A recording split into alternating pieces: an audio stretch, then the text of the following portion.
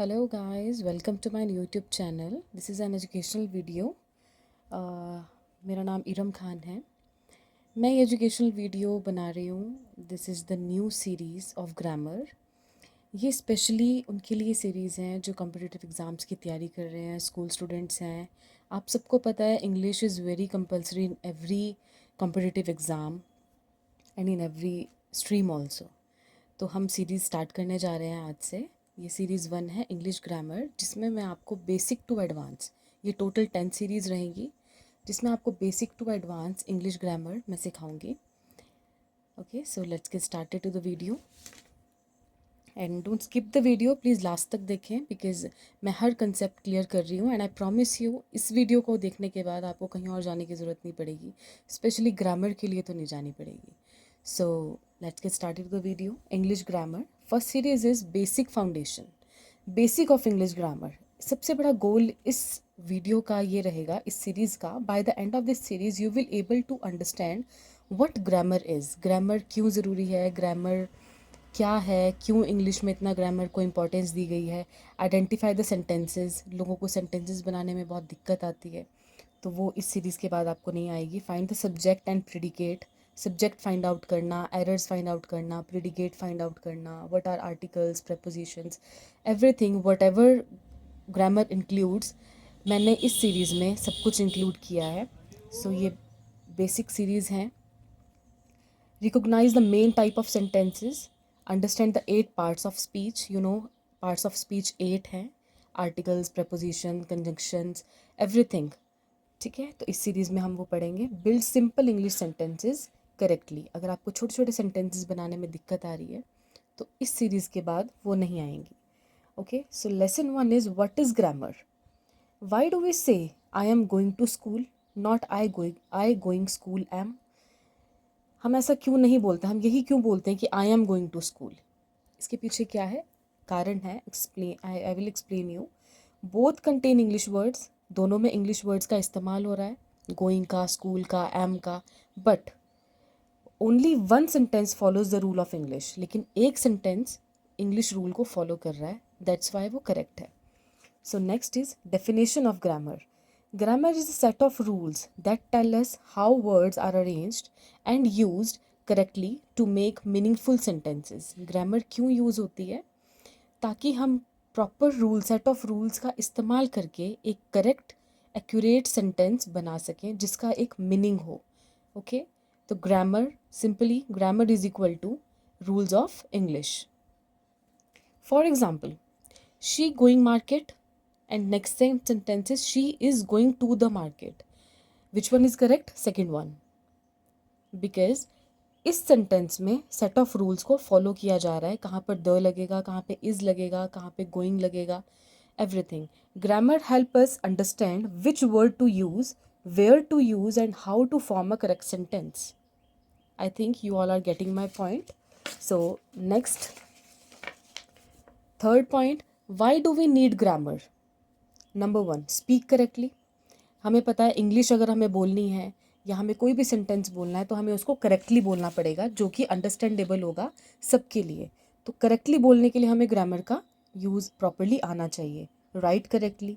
Writing skills अगर आपको अच्छी चाहिए तो आपको ग्रामर अच्छी होनी चाहिए आपकी. Understand English better. आप, कोई इंसान इंग्लिश बोल रहा है, आप उसको बेटरली समझ सको, या बुक्स में इंग्लिश है या इंग्लिश के अल्फ़ाबेट्स हैं, सेंटेंसेस हैं, आप उनको तभी अच्छे से समझ पाओगे अगर आपको ग्रामर अच्छे से आती होगी. Make meaningful sentences. जो भी सेंटेंस आप बना रहे हो उसका एक प्रॉपर मीनिंग होना चाहिए. तो अगर आपकी ग्रामर अच्छी होगी, इवन देन आप मीनिंगफुल सेंटेंसेस बना पाओगे. Avoid confusions. सेंटेंसेस में कई बार कन्फ्यूजन हो जाती है. जैसे हम पूछ रहे हैं कि आप स्कूल गए, if we not question mark there. अगर हम कोई भी एक्सक्लेमेशन साइन नहीं लगाएंगे या क्वेश्चन मार्क नहीं लगाएंगे, हमें नहीं पता लगेगा कि ये सेंटेंस क्वेश्चन के वे में पूछा गया है, या फिर फुल स्टॉप नहीं लगाएंगे, या फिर ये सेंटेंस हमें कुछ इंस्ट्रक्शन दे रहा है या कमांड दे रहा है या बता रहा है. सो कन्फ्यूजन दूर करने के लिए हमें ग्रामर की पूरी नॉलेज होनी बहुत ज़रूरी है. Improve communication. Communication skills, again आपको ग्रामर आपकी अच्छी है, even only then you can speak and communicate with the another person. So I will give you some simple examples why grammar is important. We write birds fly, okay, and we write fly birds.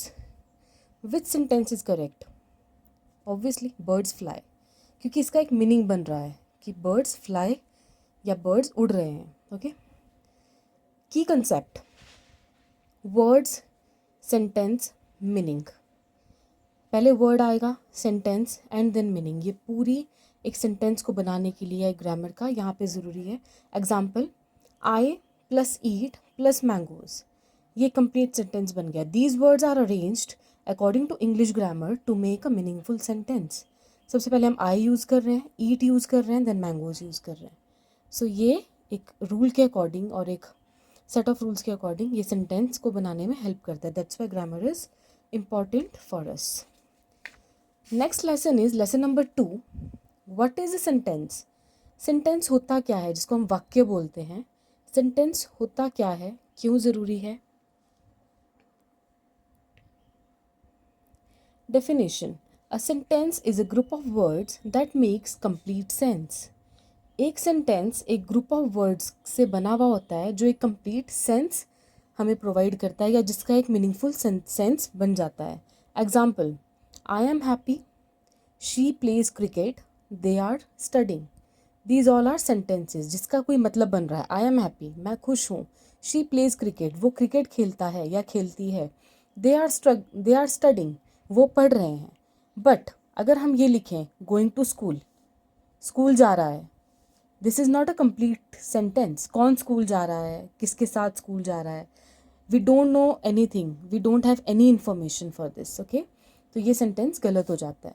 Shilpa the book, what, कुछ पता नहीं चल रहा है. Shilpa the book, कोई meaning ही नहीं है. ठीक है, बिकॉज इसमें किसी भी ग्रामर का यूज़ नहीं हुआ है. So grammar is that much important to make a sentence जो कि एक मीनिंगफुल सेंटेंस में कन्वर्ट हो सके. Playing football, this is a meaningless sentence. These don't express the complete thought. वो ये सेंटेंसेस कोई भी कंप्लीट थॉट नहीं एक्सप्रेस कर रहे हैं कि इसमें कौन खेल रहा है, क्या कर रहा है, कौन बुक पढ़ रहा है. We don't know anything. Okay, next, important feature of sentence. यहाँ पे हम डिस्कस करेंगे सेंटेंस के कुछ इंपॉर्टेंट फीचर्स. ठीक है. Number 1, has a complete meaning. Sentence is always completed if there is a meaning of that sentence. Otherwise वो एक इनकम्प्लीट सेंटेंस है जिसका कोई मीनिंग ही नहीं है, जिसका कोई मतलब ही नहीं है.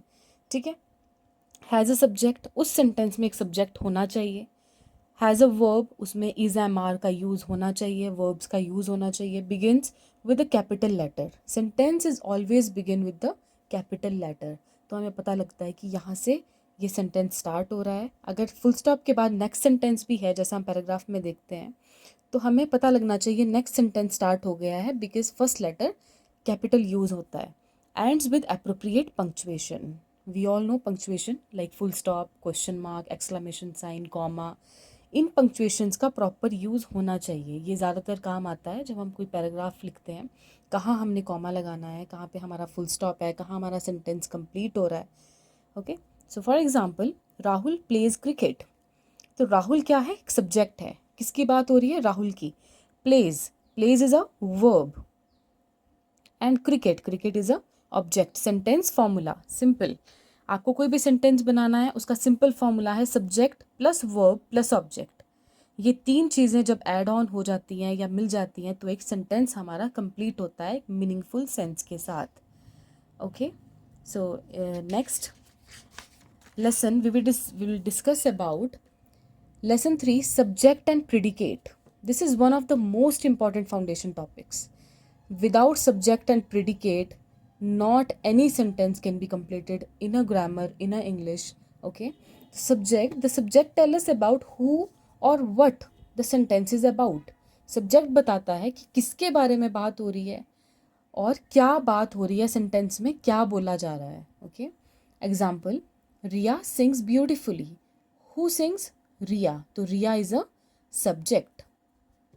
The dog is barking. The dog is subject क्योंकि डॉग की बात हो रही है. द बार्किंग इज प्रिडिकेट कि वो क्या कर रहा है. तो जो हमें पता चल रहा है सेंटेंस से कि बार्किंग है, ड्राइविंग है, स्टडिंग है, प्लेइंग है, these all are predicate. Easy formula, sentence is equal to subject plus predicate. Sentence बनाना है तो हमें सब्जेक्ट प्लस प्रिडिकेट को इक्वली रखना पड़ता है. Some examples. Okay, example number 1, my brother plays football, the sun shines brightly, the children are playing outside, Delhi is a big city. These all sentences are correct with the proper subject and predicate. I hope you are understanding my point. Okay, so next lesson of the series 1, lesson number 4 is types of sentences. In English grammar we have different type of sentences. अभी तक हम ये देखते हैं कि एक sentence है, but वो सेंटेंस भी डिफरेंट टाइप का होता है. ठीक है, some sentences can be classified according to their purpose.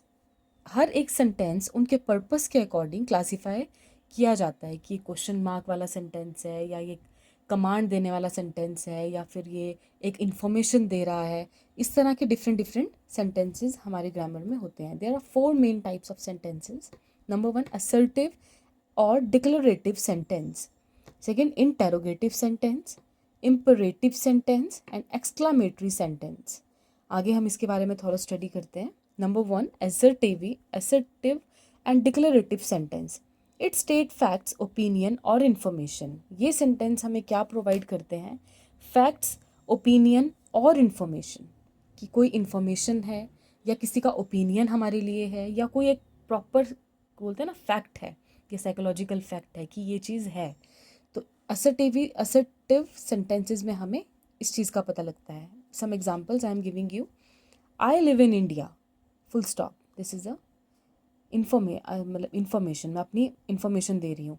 She is a teacher, the sun rise in the east, this is the fact. ठीक है, इसमें हमारा क्या क्या यूज़ होता है? Full stop. पंक्चुएशन क्या यूज़ होएगी इसमें? Full stop. Second, interrogative sentence. Interrogative sentence में it asks a question. Interrogative में हमसे सेंटेंसेस में जनरली क्वेश्चन आस्क किया जाता है. Example, where do you live, are you ready, what is your name. तो पंक्चुएशन कौन सी यूज़ होएगी इसमें? Question mark. Interrogative sentences, this are very helpful and very important in the grammar. तो जब भी आप ग्रामर पढ़ें, ये सेंटेंसेस के क्वेश्चंस हमेशा आते हैं, आपको ये पता होना चाहिए. सो प्लीज़ आप ध्यान से सुने एंड प्लीज़ वीडियो स्किप ना करें, लास्ट तक देखें. ठीक है, हर एक इन्फॉर्मेशन आपके लिए ज़रूरी हो सकती है. एंड मैं इन सीरीज़ में फालतू का कुछ भी नहीं डाल रही हूँ. ओनली जो बेसिक है, जो अच्छा है, जो यूजेबल है, मैं वही कंटेंट इसमें डालूँगी. तो आपको बहुत ध्यान से ये वीडियो आप देखिए. ठीक है, next, 2 common types. Interrogative sentence के 2 कॉमन टाइप्स होते हैं, यस और नो क्वेश्चन, ओके, और WH क्वेश्चंस. यस और नो, कई बार हमें पूछा जाता है ट्रू और फॉल्स, या यस और नो, कि are you ready, are you happy, तो हम उसमें जवाब देते हैं येस आई एम रेडी और no I am not ready. ठीक है. सेकंड है WH questions like what, where, when, why, who, which, whose, how, where do you live. ठीक है, ये what are you doing, when will you study, why you are going, who are you, which colour is this. ये सब हमारे आ जाते हैं WH questions. Interrogative sentence का ही एक पार्ट है. नेक्स्ट है हमारे पास imperative sentences. Imperative sentences, it express, क्या एक्सप्रेस करता है ये? कमांड, रिक्वेस्ट, एडवाइस और इंस्ट्रक्शन. या तो ये इस सेंटेंसेस में हमें या तो कोई कमांड दी जा रही होती है, या हमसे कोई रिक्वेस्ट कर रहा होता है, या हमें कोई एडवाइस दी जाती है, और या हमें कोई इंस्ट्रक्शन प्रोवाइड होती है. उसे हम बोलते हैं imperative sentences. Example, open the door, it is a command. कोई हमें कमांड दे रहा है कि दरवाज़ा खोल दो, open the door. Please help me, ये क्या है? इसमें हमें पता चल रहा है कोई हमसे रिक्वेस्ट कर रहा है, please help me. Work hard is a advice. आप मेहनत करो, आप वर्क हार्ड करो, आप मोटिवेटेड रहो, आप ऐसा करो, तो ये एडवाइस है. Turn left is a instruction, कि आपको इधर जाना है, इट्स इंस्ट्रक्शन. तो these all expressions, it expresses, command, request, advice, instruction, ये सब इम्परेटिव सेंटेंसेस में आते हैं. लास्ट फोर्थ है हमारा exclamatory sentences. It expresses strong emotion और फीलिंग। जब हमें कोई स्ट्रॉन्ग इमोशन अपना रिप्रेजेंट करना है, या हम एकदम से शॉक्ड होना, या एकदम से हैप्पी होना, या लाउड होना, ये सब हमारा आता है एक्सक्लामेटरी सेंटेंसेस में। For example, what a beautiful flower. जब हम कोई चीज़ बहुत ही अमेजिंगली देख लेते हैं या बहुत खूबसूरत देख लेते हैं तो हम क्या यूज़ करेंगे, wow what a beautiful flower, wow what that is amazing, how beautiful the view is. जब हम किसी चीज़ को लेकर शॉक्ड होंगे या बहुत हैरान हो जाएंगे तो उन सेंटेंसेस को हम बोलते हैं exclamatory sentences. It is actually ends with the exclamation mark. Exclamation mark this, okay, this exclamation mark. So imperative sentences यहाँ पे ख़त्म होते हैं। Last but not the least, last topic है हमारा parts of speech. Everybody knows what are parts of speech. There are 8 part of speech in English grammar. हम उस पर स्टडी करते हैं, ओके, ओवरव्यू ले लेते हैं। बाकी मैं नेक्स्ट सीरीज़ में पार्ट ऑफ स्पीच जो है मैं डीपली बताऊंगी आप लोगों को। इस सीरीज़ में हम सिर्फ ओवरव्यू देख लेते हैं पार्ट्स ऑफ स्पीच का, जिससे आपको थोड़ा सा आइडिया हो जाए कि क्या क्या है। This should be final lesson of your series 1 and the introduction to your next series. इसमें हम सिर्फ मैं आपको एक ओवरव्यू दे रही हूँ, ठीक है, इंट्रोडक्शन दे रही हूँ। नेक्स्ट सीरीज़ में हम इस पर डीपली बात करेंगे। What are the part of speech? Part of speech are categorised of words based on the work they do in a sentence. Part of speech क्या है? कैटेगराइज्ड है, कैटेगरी बनाई होती है वर्ड्स की, वर्ड बेस्ड, उन वर्ड्स को जो सेंटेंसेस में यूज़ किए जाते हैं, ठीक है, एंड वो क्या वर्क कर रहे हैं सेंटेंस के लिए, उसे हम पार्ट ऑफ स्पीच बोलेंगे। 8 main parts of speech. Number 1, noun. Noun is a name of person, place, animal, thing, idea. ये सब जहाँ पे किसी का नाम आया, किसी जगह का नाम आया, किसी एनिमल का नाम आएगा, या कोई भी आइडिया, तो उसे हम क्या बोलेंगे? Noun. Example, Rahul, India, dog, school, honesty, these all are included in noun, ठीक है। तो for example, Rahul lives in India, तो राहुल एंड दिल्ली, या राहुल लिव्स इन, सॉरी मैंने यहाँ पर इंडिया की जगह मुझे दिल्ली लिखना था, ठीक है, राहुल लिव्स इन दिल्ली, तो Rahul and Delhi are nouns. Second is pronoun. Pronoun is a word used instead of noun. Pronoun क्या है? जो नाउन की जगह पे यूज़ किया जाता है। हम हमेशा नाम नहीं ले सकते, या हमेशा हम सपोज़ एक पैराग्राफ है किसी किसी के बारे में, या माई सेल्फ है, हम एक बार अपना नाम लेंगे, बार बार हम, कोई भी है, राहुल है या रिया है, हम बार बार एक ही नाम नहीं रिपीट करते, तो उसकी जगह पे हम क्या यूज़ करते हैं? I, you, he, she, it, we, they, okay, these are pronouns. Instead of Riya is a student, Riya is intelligent, हम इसकी जगह क्या यूज़ करेंगे? We can say Riya is a student, she is intelligent, okay, तो she is a pronoun, okay. Third is verb. A verb generally shows action, state, being, ठीक है, कोई भी एक्शन हो रहा है, कोई जगह है, स्टेट है, ओके, तो वहाँ पर हम वर्ब का यूज़ करेंगे। Example, run, eat, write, sleep, is, are, have. For example, the boy run fast, तो रन इज़ अ वर्ब, जो काम हो रहा है, ठीक है, the boy run fast, run is a verb. Fourth one is adjective. An adjective describes और give more information about noun and pronoun. Adjective क्या है? जो हमें और ज़्यादा इन्फॉर्मेशन देता है नाउन और प्रोनाउन की, ओके।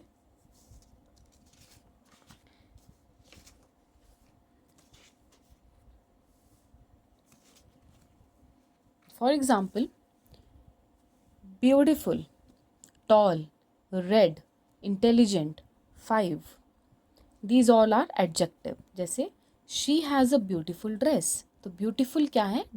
beautiful क्या कर रहा है? डिस्क्राइब कर रहा है ड्रेस को, ठीक है, तो ये नाउन और प्रोनाउन को डिस्क्राइब करता है डीपली, तो उसे हम एडजेक्टिव बोलते हैं, okay. Beautiful is the adjective. Adverb. An adverb commonly gives more information about a verb, adjective and another adverb. ये क्या करता है? हमें इंफॉर्मेशन देता है वर्ब के रिगार्डिंग, एडजेक्टिव के रिगार्डिंग, और अनदर एडवर्ब के regarding. For example, slowly, quickly, very, carefully, yesterday. For example, he runs quickly, तो क्विकली क्या है, tell us how he runs, इसमें हमें पता लग रहा है कि वो कैसे दौड़ता है, ठीक है। तो पूरी डीपली नॉलेज एडवर्ब हमें देता है, तो quickly is a adverb. 6 number पे आ जाता है preposition. A preposition shows a relationship between words often involving place, time, direction. Preposition क्या करता है, रिलेशनशिप शो करता है between the words. Okay, I will give you some examples like is, in, on, at, under, beside, between, from, to. अब example ले लेते हैं, the book is on the table, तो ऑन इज अ प्रेपोजिशन, हमें जगह पता चल रही है कि बुक कहाँ पर है, जैसे हमने यहाँ पे डिस्कस किया प्लेस, ठीक है। तो इससे हमें क्या पता चलता है, एक रिलेशनशिप, ठीक है, वर्ड्स के बीच में। तो बुक और टेबल के बीच में हमें पता लगा कि कहाँ है बुक, ऑन द टेबल, तो on is a preposition. 7th is conjunction. A conjunction join words, phrases और क्लॉज। कंजंक्शन क्या करता है, वर्ड्स को और फ्रेजेस को ज्वाइन करता है, ठीक है, उनका रिलेशन मेंटेन करता है। एक्सप्लेन, सॉरी, एग्जाम्पल है एंड, बट, और, बिकॉज, ऑल दो। यहाँ पे हम एग्जाम्पल ले लेते हैं, रिया एंड प्रिया आर फ्रेंड्स, तो एंड क्या हो गया, एंड ने क्या किया, ज्वाइन किया रिया एंड प्रिया को, ठीक है, तो एंड हमारा कंजंक्शन हो गया। जब हम लाइंस कई बार बोलते हैं ना कि ये हुआ बिकॉज ऐसा होना था, बिकॉज उसकी वजह से, तो बिकॉज क्या हो जाएगा, एक ये दो लाइंस को, दो सेंटेंसेस को एक बीच में रिलेशन बना रहा है, ठीक है, तो उसको हम कंजंक्शन बोलते हैं। फिर आता है हमारा interjection. And interjection express the sudden feeling और इमोशन, कि सडनली हमें एकदम से डर लगा, एकदम से हमें एक्साइटेड हो गए, एकदम से अमेजिंग फील हुआ, एकदम से हैप्पी होना, दीज आर इंटरजेक्शन। तो हम जब हम वो चीज़ सेंटेंस में डालते हैं ना, तो उसे हम इंटरजेक्शन बोलते हैं, like wow, oh, shit, hurrah, these all are examples of interjection, ठीक है। इसको सेंटेंस में डालना हमें इंटरजेक्शन सेंटेंस शो करता है। For example, wow you look great, तो wow is a interjection. There is one sentence to teach all parts of speech. अभी हमने 8 पार्ट ऑफ स्पीच पढ़ी है, अब मैं आपको एक सेंटेंस ऐसा बताऊंगी जिसमें सारी 8 की 8 पार्ट ऑफ स्पीच यूज़ हो रही हैं। इससे आपको बहुत इजीली समझ आ जाएगा कि 8 पार्ट ऑफ स्पीच क्या है। अक्सर बच्चे यहाँ पर कंफ्यूज होते हैं पार्ट्स ऑफ स्पीच में, तो मैं एक सेंटेंस आपको अभी बताती हूँ जिसमें सारी पार्ट्स ऑफ स्पीच यहाँ पर यूज़ हो रही हैं, ठीक है, आपके लिए ईजी हो जाएगा। Wow, Riya quickly walked into the beautiful garden because she wanted to see flowers. Wow, Riya क्या गई, quickly walked into the beautiful garden, वो क्विकली एक ब्यूटीफुल गार्डन में गई, बिकॉज क्योंकि, she wanted to see flowers, क्योंकि उसने फ्लावर्स को देखना था। तो नाउ आई विल एक्सप्लेन यहाँ पे 8 पार्ट ऑफ स्पीच कैसे यूज़ हुई हैं। Wow is a interjection, okay, अभी मैंने बताया। रिया इज़ अ नाउन, नाम है, okay. Quickly, quickly is adverb. Walked, verb, हमें इस सेंटेंस में पता चल रहा है कि क्या हो रहा है, उसने वॉक करके वो गार्डन में गई। Into is preposition. The is a article, A and the, हम आगे सीरीज में पढ़ेंगे आर्टिकल्स के बारे में, तो the is a article. Beautiful, beautiful is adjective. जब हमें सेंटेंस की कंप्लीट एक डीपली नॉलेज मिल रही है। बिकॉज इज कंजक्शन, मैंने अभी बताया था, बिकॉज जब दो फ्रेजेस या क्लॉज को आपस में रिलेशन बनता है, ओके, तो उनको कंजक्शन बोलते हैं। She is a pronoun and flower is a again noun. तो इस एक सेंटेंस में हमें 8 पार्ट ऑफ स्पीच का पता चलता है। I hope this series is very helpful for you and very useful for you. इसे प्लीज़ अपने फ्रेंड्स में, स्कूल फ्रेंड्स, जो कॉम्पिटिटिव एग्ज़ाम्स की लोग तैयारी कर रहे हैं उनके लिए आप प्लीज़ इसे शेयर करें आगे से आगे सबको, एंड ये बहुत हेल्पफुल रहेगा। मैं आगे नेक्स्ट कल भी एक सीरीज़, कल सेकंड सीरीज़ हमारी स्टार्ट हो जाएंगी जिसमें हम टोटली पार्ट ऑफ स्पीच को डीपली एक्सप्लेन करेंगे, okay. So please if you like my video and it is, अगर आपको लगता है कि ये वीडियो बहुत हेल्पफुल है, so please like and subscribe to my channel, share this video to your friends, because hand written notes में मेहनत लगती है यार, ठीक है। तो आप इसे ज़रूर सब्सक्राइब कीजिएगा एंड मेरी और वीडियोस को देखने के लिए please like to this video, मुझे इससे मोटिवेशन मिलता है। एंड कमेंट, अगर आपको कुछ भी इसमें प्रॉब्लम है या कहीं पे भी आपको कन्फ्यूजन है तो मैं नेक्स्ट वीडियो में वो कन्फ्यूजन आपका दूर करूँगी। Okay, so thank you so much.